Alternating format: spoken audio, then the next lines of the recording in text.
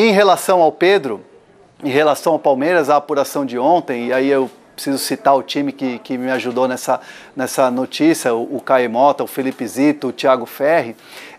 O Palmeiras viu uma brecha, e isso eu ouvi de uma pessoa importante do Palmeiras, que o Palmeiras só chegou a esses números, 20 milhões de euros, por 80%, porque viu uma brecha do Flamengo em negociar o jogador.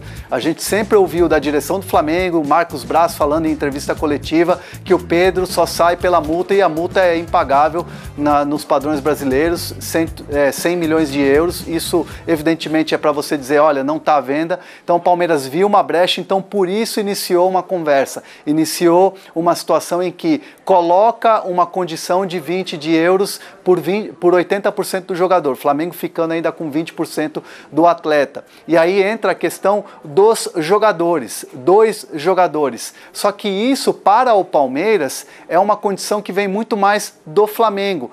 Quais jogadores? Porque se você colocar, é muito óbvio, Rafael Veiga e o Everton, óbvio que não vai ter negócio. São jogadores importantes. Então, assim, o Palmeiras analisa quais jogadores seriam esses? Jogadores que de repente não estão fazendo parte do Palmeiras, não estão com frequência no time do Abel Ferreira, e muito se falou da questão do Gabriel Menino, que é um jogador importante, porém está em baixa no Palmeiras. É toda uma questão de se conversar.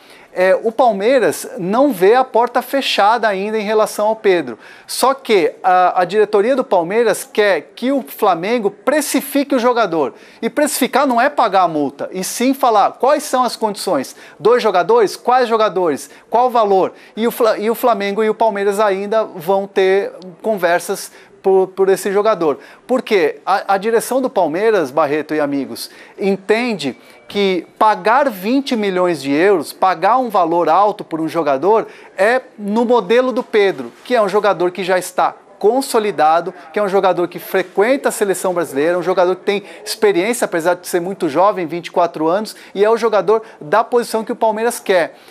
E a diferença entre Palmeiras e Flamengo nesse momento, e eu nem gosto muito dessa coisa de titular e reserva, mas o Pedro hoje no Palmeiras seria 9 titular, jogaria as principais competições, o que não acontece de repente no Flamengo, porque tem um outro grande jogador lá, que é o Gabigol. Então essa é a diferença. Então assim, na apuração que a gente tem, essa porta ainda não está totalmente fechada, mas o Palmeiras quer, de fato, ter um preço, um valor fixo, para ir ver se faz uma nova investida para o Flamengo, para ver se contrata esse jogador.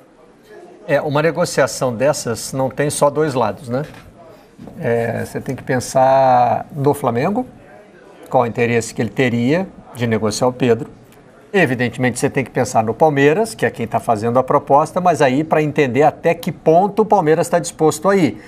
Porque a multa não é só o clube brasileiro que não paga, não é? 100 milhões de euros por um jogador de 24 anos, o mercado europeu está fora. Também o Flamengo não vai conseguir essa proposta de um clube europeu. Sei lá, né? O Pedro pode ser convocado pelo Tite para a Copa do Mundo, de repente entra no time titular e faz o gol da vitória na final, e aí o jogador valoriza. O futebol tem umas coisas meio doidas assim que você não pode prever, mas assim, no curso normal das coisas, não tem 100 milhões de dólares para dar para um jogador de 24 anos que ainda está no mercado brasileiro. Você tem que ver também o lado do Pedro, né? O jogador não necessariamente tem o poder de decisão sobre a negociação, mas ele pode ajudar a pressionar. E claro, né, sempre que se fala nisso, tem o que hoje se chama de staff, tem os representantes dos jogadores que tem uma lógica, normalmente tem uma lógica, claro que essas pessoas são contratadas para cuidar da carreira do jogador, mas tem algo que tem uma influência muito grande, que é a cada negociação entra um percentual, né? Então, fazer o jogador girar normalmente é bom para quem cuida dos interesses econômicos dele. Então, assim, não é só um cabo de guerra, né, Milton? Não é um puxando para um lado e outro puxando do outro. Tem uma dinâmica mais complexa nisso aí, a gente vai precisar entender para onde é que vai pesar mais. No caso específico do Pedro, né, provavelmente o que deve estar na cabeça dele, Pedro, né, e aí eu não estou fazendo de empresários, de assessores, estou falando dele, Pedro, é a possibilidade de ser titular num time de ponta, né? Ele sairia de um time de ponta, onde hoje ele não é titular, para um time de ponta, onde ele seria o titular, como disse o André, disparado, né, da camisa 9, faixa de capitão, essa coisa toda para ele. Então, óbvio que é uma oportunidade dele estar num time que muito provavelmente vai continuar brigando pelos títulos, chegando em decisões, chegando em grandes jogos, o que ele também teria essa possibilidade no Flamengo, mas com a chance de jogar muito mais, né? Eu costumo dizer, Barreto, que essa questão do valor, né, ela interessa a quem compra e a quem vende, né? Eu que compro, eu tenho que saber se eu tenho esse dinheiro para pagar, e quem recebe precisa saber se o que eu vou receber está de acordo com o produto, né, no caso aqui o contrato do jogador que eu estou oferecendo, né? Então é difícil avaliar se é muito, se é pouco, 130 milhões, mais 2 jogadores ou 3 jogadores, enfim, o quanto chegaria o valor final dessa negociação, né? Isso quem tem esse poder de avaliação são os envolvidos na negociação. E como você disse, o Pedro já é um jogador de 24 anos. Poxa, mas 24 anos ainda é novo, né?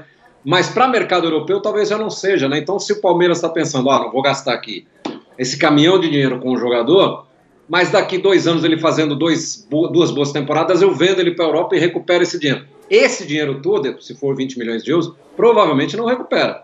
Pode recuperar uma parte, o todo não vai recuperar, porque ele já será daqui a 2 anos um jogador de 26 anos. A Europa não costuma gastar tanto dinheiro assim num jogador de 26 anos, a não ser que seja um Neymar da vida, um Messi da vida, um Mbappé da vida, né? O que não chega a ser o caso do Pedro. Então acho que seria bom muito para o Palmeiras, seria muito bom para o Pedro, eu imagino, e para o Flamengo tem que avaliar até que ponto é importante ter esse dinheiro todo e com esse dinheiro fazer outros investimentos, enfim.